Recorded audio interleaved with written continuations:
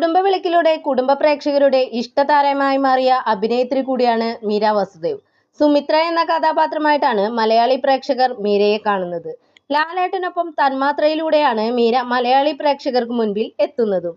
ഇപ്പോൾ ഇതാ മീരയെ പറ്റി മറ്റൊരു വാർത്തയാണ് പുറത്തു വന്നിരിക്കുന്നത്.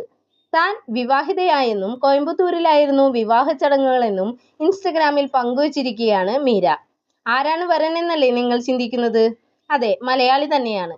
പാലക്കാട് സ്വദേശിയായ വിപിൻ ഛായാഗ്രഹകൻ കൂടിയാണ്.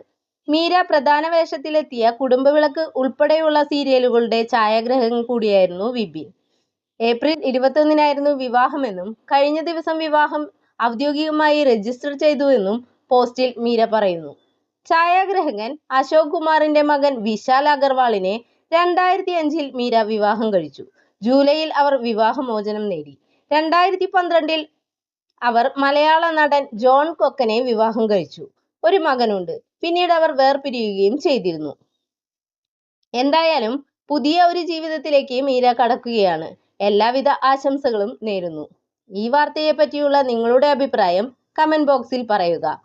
കൂടുതൽ സിനിമ സീരിയൽ വിശേഷങ്ങൾ അറിയാൻ ഈ ചാനൽ സബ്സ്ക്രൈബ് ചെയ്യുക. നന്ദി, നമസ്കാരം.